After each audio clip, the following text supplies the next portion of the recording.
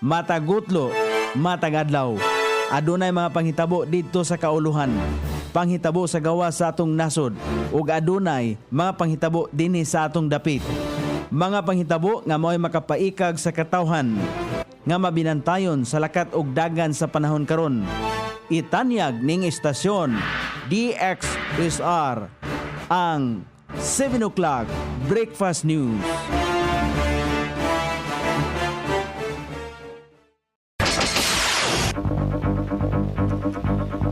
Higala, kumusta? May buntag Iligan, may buntag Mindanao, may buntag Pilipinas.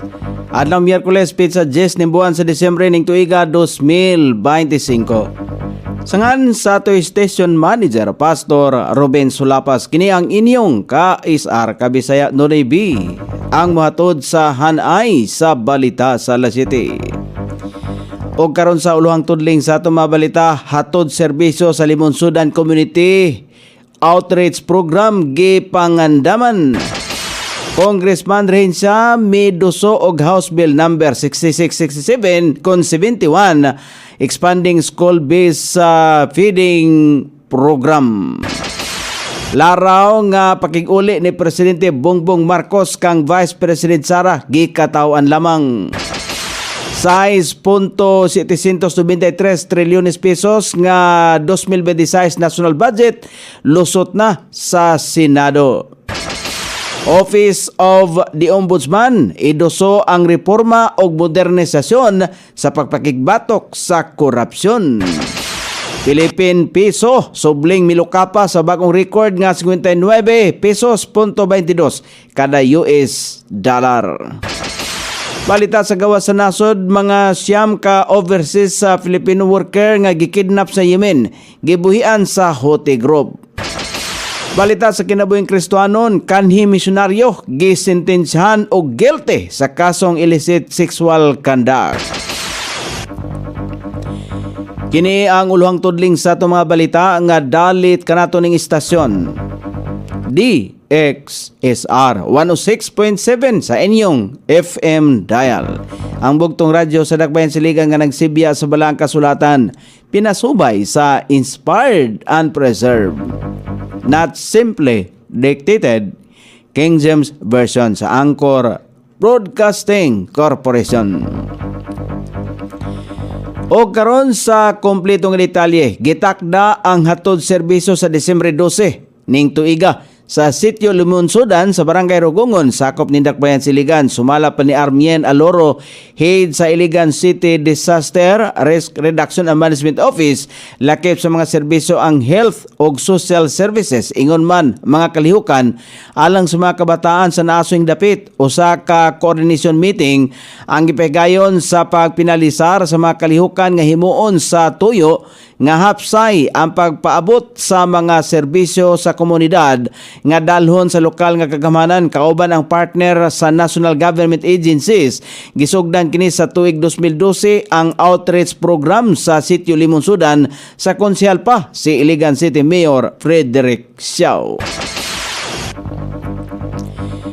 Gidoso ni Congressman Celso Gomera Rehensya ang House Bill number 6671 Healthy Learners Act aron maapil ang mga undernourished nga grade 7 hangtod sa grade 12 sa school-based feeding program. Makita sa mga research nga ang malnutrition magpadayon pa hangtod sa adolescents o dako gihapon siyag epekto sa mga estudyante sa high school. Nagpabilin sa bill ang mga pamalaod sa nutrisyon sa Republic Act 11037 aron masiguro nga ang tabang moabot sa mga estudyanteng labing nagkinahanglan sa naasoing panabang.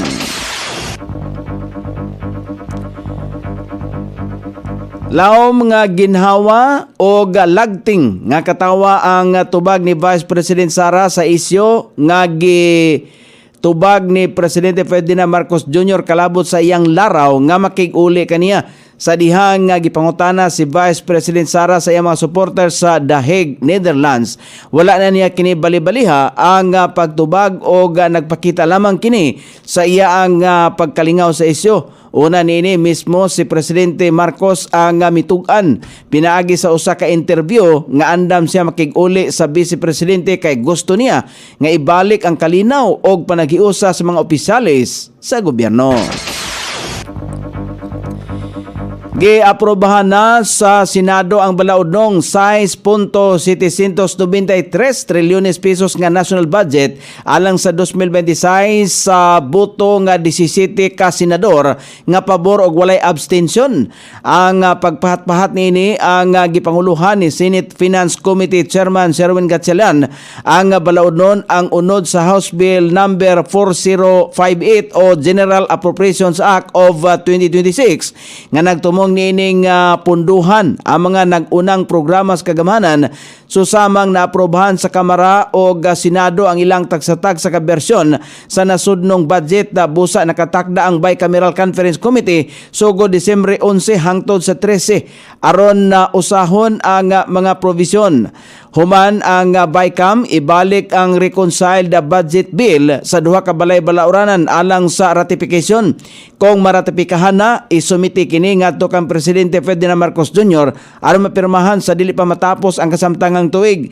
Ang budget ang nakagahin alang sa infrastruktura, edukasyon, panglawas, depensa o climate resilience programs.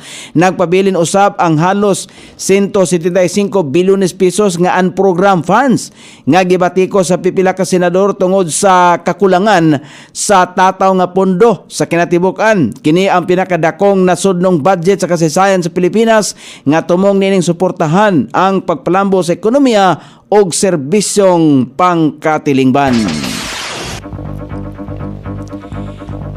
Hingosgan karon sa Office of the Ombudsman ang sistematikong mga lakang o reforma sa pagpakigbatok niini kontra korupsyon sa giatubang nga isyu sa kontrobersyal sa nasod hisgutanan sa pagpangawkaw. Giasoy ni Ombudsman Remulla ang planong mas pahugtan pa ang lakang niini nga ginahimo. Miangkon usab siya nga ang isyu sa korupsyon ang dili ikalimod nga literal nga makamatay. Kini dungan sa nagpadayon paghihapong investigasyon sa maanumalyang flood control project sa Kagamanan. Nabaniog ang korupsyon sa mga opisyal o kontratista o uban pang nalambigit nga proyektong makatabang unta labaw na sa panahon sa kalamidad. Busa tungod niini giladlad ni Ombudsman Buing Remulla ang pipila sa ilaang estratehiyang gusto nga makumpleto sa mosunod nga tuig 2026. Gusto usab ni Ombudsman Buing Remulla nga pahugtan ang pagpatuman sa transparency aron sa ingon sumala pa niya nga magtambayayong karon ang gobyerno sa pagpakigbatok sa korupsyon. Sobling milukapa ang kantidad sa piso batok dolyar human moabot sa 59.22 kada usa ka dolyar kagahapon Martes Disyembre 9. Kini ang pinakaubos nga level sa kasaysayan sa nasod nga gilupig pa ang kanhi record nga 59.17 niadtong Nobyembre 12 ning tuiga. Nagsugod ang tuig sa level nga 55 pesos sa kada usa ka dolar apan hinahinay kining mikanaog ang bilis sa piso tungod sa mitaas nga inflation og mikusog nga dolyar.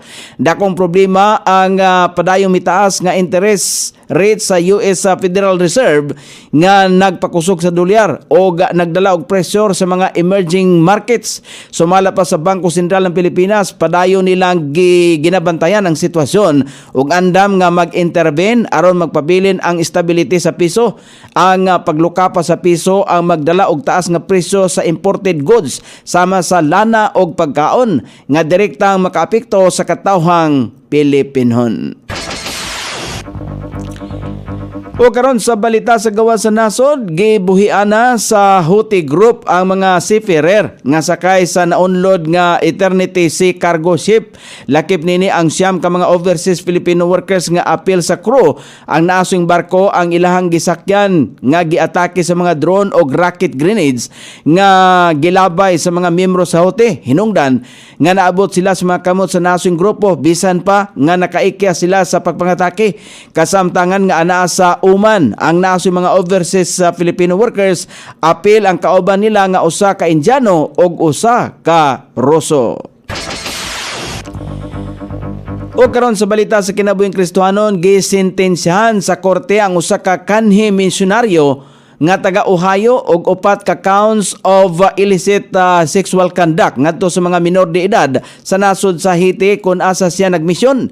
Ang naasong misyonaryo gikataho nga gikan sa tuig 2002 hangtod sa 2009 adunay mga minor de edad ang gibiktima niya samtang siya nagtrabaho sa misyon. Gikasuhan ang naasong misyonaryo kaniadtong 2019 human nga misumbong ang mga lalaking minor de edad mahitungod sa iyang gibuhat ngadto kanila. O karon sa kahimtang sa pagbanabana sa dagan sa panahon, walay low pressure area, walay bagyo sa laktod. Maayong dagan sa panahon na matagamtaman sa nasod nga Pilipinon. Apan dili malikayan nga dunay mga masinati gihapon nga mga pagulan. Ang Cagayan, Isabela, Quirino, Aurora, Cordillera Administrative Region, ubang bahin sa Cagayan Valley, Ilocos Region, Metro Manila, ubang bahin sa nasod ang makasinati paghapon. Karong adlaw og madag-umon nga kalangitan inubanan sa patak-patak nga mga pagulan ilabi na sa dapit sa kapunon kini epekto sa Sirline, Northeast Monsoon ug localized thunderstorm. Sukod sa temperatura din sa Dakbayan Siligan, ang kabugnawon ana sa 24, ang kainiton mosangko sa 29 degrees centigrado. Ang adlaw misilang kagania sa alas 6:10 ug mosapon niya sa alas 5:27 sa sayong takna sa kagabhion. Inyong nabati ang kinatibuk ang hanay sa balita sa alas 7 nga dalit kanato ning istasyon. DXSR 106.7 sa inyong FM dial. Ang bugtong radyo sa Dakbayan Siligan nga nagsibya sa balaang kasulatan pinasubay sa inspired and preserved. Not simply dictated King James Version sa Anchor Broadcasting Corporation. Sangan sa tigsuat sa atong balitang internasyonal ug sa kinabuhing Kristohanon, Pete Jan sa balitang lokal Coney Island. Sa ato station manager Pastor Ruben Sulapas, kini ang inyong ka-isar kabisaya Nonay B. Magpasalamat ug moingon maayong buntag Iligan.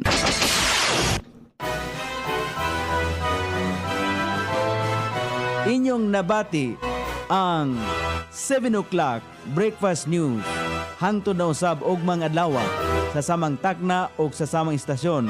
Daghang salamat sa iyong pagpaminaw ug maayong buntag.